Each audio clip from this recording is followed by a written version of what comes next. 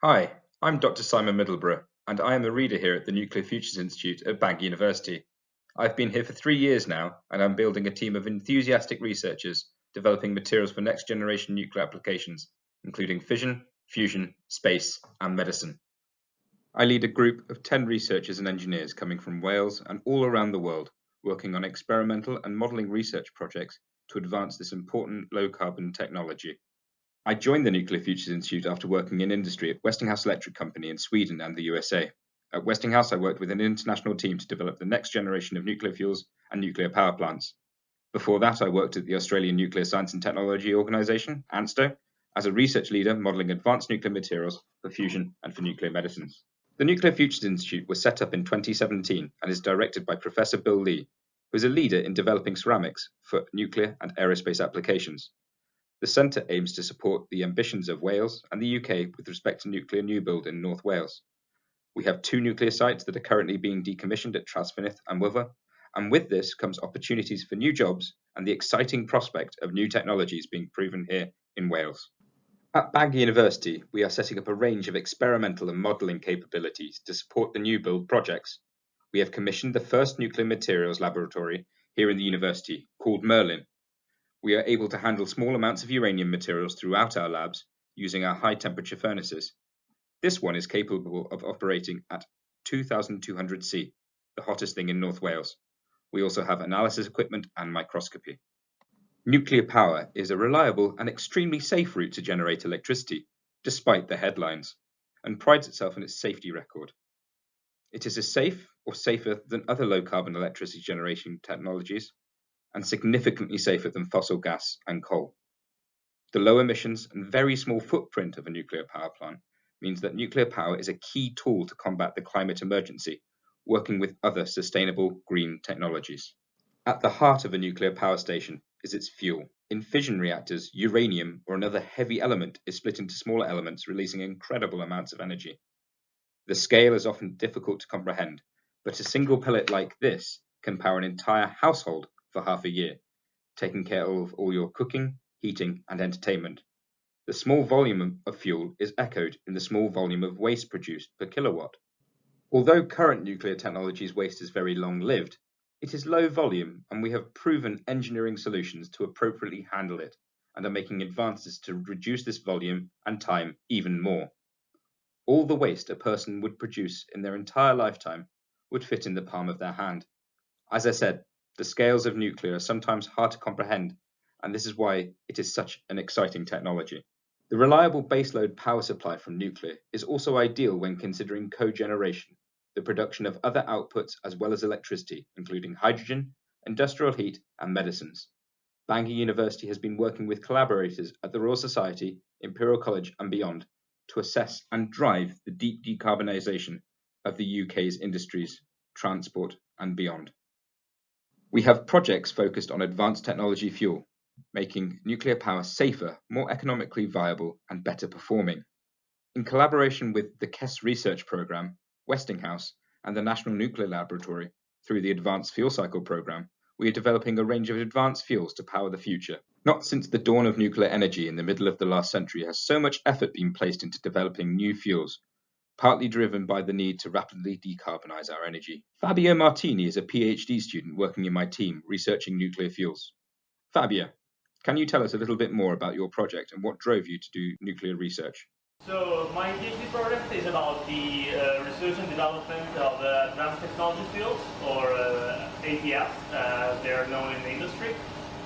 They should offer improved performance in terms both of safety and also on power generation, being able to be held in reactors for longer, so that we may extract more energy and have more reactor uptime during their lives, so they will play back in shorter times. Can you tell us about some of the major outputs from your research so far? So in terms of scientific output, I've had 2 posters presented at conferences and 1 publication in conjunction with the University of Manchester. And for the technological outputs, well, maybe we'll have to wait a bit because like the pharmaceutical industry, it takes 1 or 2 decades on average for some new piece of nuclear technology to be implemented in the industry. But, well, first steps are first steps, and we must start somewhere. So that 10 years will be always 10 years in the future if we do not start now. Can you tell us some of the key challenges about working with uranium? So working with uranium, as with any radioactive material, requires the utmost attention and care in handling. You do not want to get contaminated. It is not as dangerous as one may expect again. There are many more dangerous things, such as the radioisotopes in the medical industry, which is, if mishandled, can be much worse than uranium. But yeah, you have to wear masks, you have to be very careful about your PPE, you have to inspect it to make sure it will keep you safe should anything happen. And well, you should probably avoid dropping things. Very good advice, Fabio.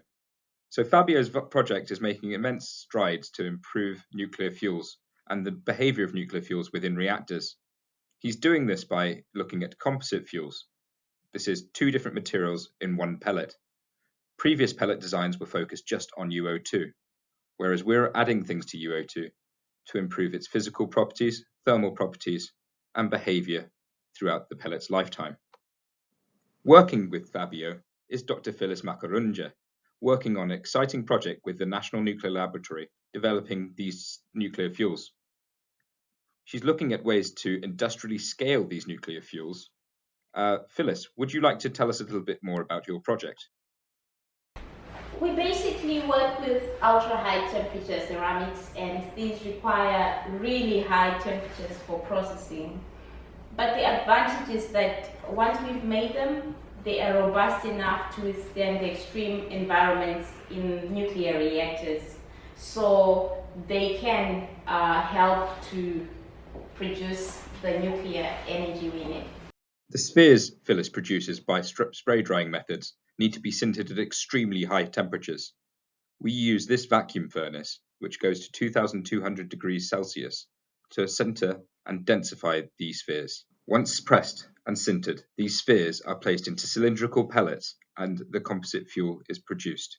These composite fuels combine a number of key properties, including higher uranium density, higher thermal conductivity, and operational flexibility, with the incorporation of something called a burnable absorber, or a neutron absorber. Together, these properties will make a much more economical pellet that we can produce on industrial scales. We also support industry and our government in developing the next generation of nuclear power plant.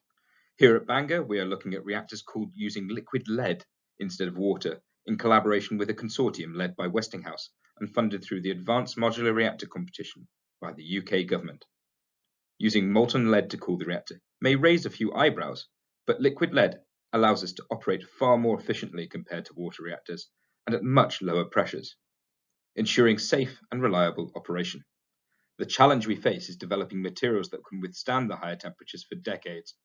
My group is also supporting the more standard reactors, such as those being built at Hinkley and planned at Wilver and Sizewell. Understanding how materials within water-cooled reactors degrade over time allows us to design new materials to improve their economic performance, whilst reducing some of the conservatisms of their operation. The cladding materials act as a first barrier to contain the nuclear fuel, and it is in contact with the water, and it slowly corrodes under normal operation, limiting its use to 6 years or so. We are part of an international consortium called MUSIC that aims to uncover the mechanisms behind corrosion and other forms of cladding degradation. Megan, another one of our PhD students in the Nuclear Futures Institute, is investigating some of these exciting phenomena using computer modelling methods. Hello, my name is Megan Owen and I'm a PhD researcher at Bangor University at the Nuclear Futures Institute. And as a part of my research work, I use predictive modelling. So what is predictive modelling? Predictive modelling allows us to predict how materials might behave in different environments. So by using predictive modelling, I'm able to analyse different structures formed to see whether they are crystalline, meaning that they are periodic in nature, or if they're amorphous, meaning that they lack any structure at all. I can also use predictive modelling to analyse how atoms move within a system. So for instance, analysing the diffusion of oxygen through the oxide layer that forms on zirconium alloys. So there are three main methods that I use in my predictive modelling techniques. The first being molecular dynamics, which analyses the movement of atoms or molecules with respect to time. The second is density functional theory, which calculates the relaxed and the most favourable states of the system. And the third is reverse Monte Carlo, which calculates the structure from experimental data. Using these methods in combination allows me to develop a further understanding of the material that I am researching into and can be directly related with experimental results. Thank you, Megan. Here at the Nuclear Futures Institute, we're also working on some really exciting materials for the next generation of nuclear energy, fusion. Dr. Yulia Ipatova is one of our postdoctoral research associates here at Bangor, who has a background working with alloys for fusion applications. Yulia, would you like to talk to us a little bit about your research here? At Bangor University, I'm focusing mostly on manufacturing new alloys and new compositions which are going to be employed in the nuclear reactors of our future. So here we need to test the materials in order for them to withstand extremely high temperatures and high loads and fluxes of neutrons. The way radiation interacts with materials can be quite severe, and some of the research that Yulia carries out really does try to understand this, not necessarily using nuclear reactors, but using a range of other tools available to us. Yes, we are actually using proton beams or helium beams to mimic the neutron irradiation. The materials will be exposed to high fluxes of neutron as well as high loading, heat loads and environment of fusion reactor. Yulia uses a range of techniques to understand how her materials behave in the irradiation environment. This includes electron microscopy techniques. We are working with national laboratories and industry to advance our research into fusion materials. Here in the UK, we are working with the world's leading private fusion energy company, Tokamak Energy, to develop new materials to enable commercial operation of fusion power plants. We are looking at applications that include shielding materials to protect the high-temperature superconductors and first-wall plasma-facing materials. The materials we study are also applicable to materials being used for space, including satellites, power systems, and for solar system exploration. The space environment is extreme, with wild variations in temperature and exposure to cosmic radiation from our sun. By developing new materials that are capable of operating in fusion reactors, we will also be helping our space industry take steps towards more reliable telecommunications, weather prediction, and of course, human exploration of the cosmos. I hope you can see that researching nuclear materials is extremely exciting and rewarding, from nuclear fuels to fusion reactors to even space applications. We are looking forward to continuing the support for nuclear new build opportunities in the region, and of course, I'm looking forward to welcoming you here in sunny North Wales. Diolch.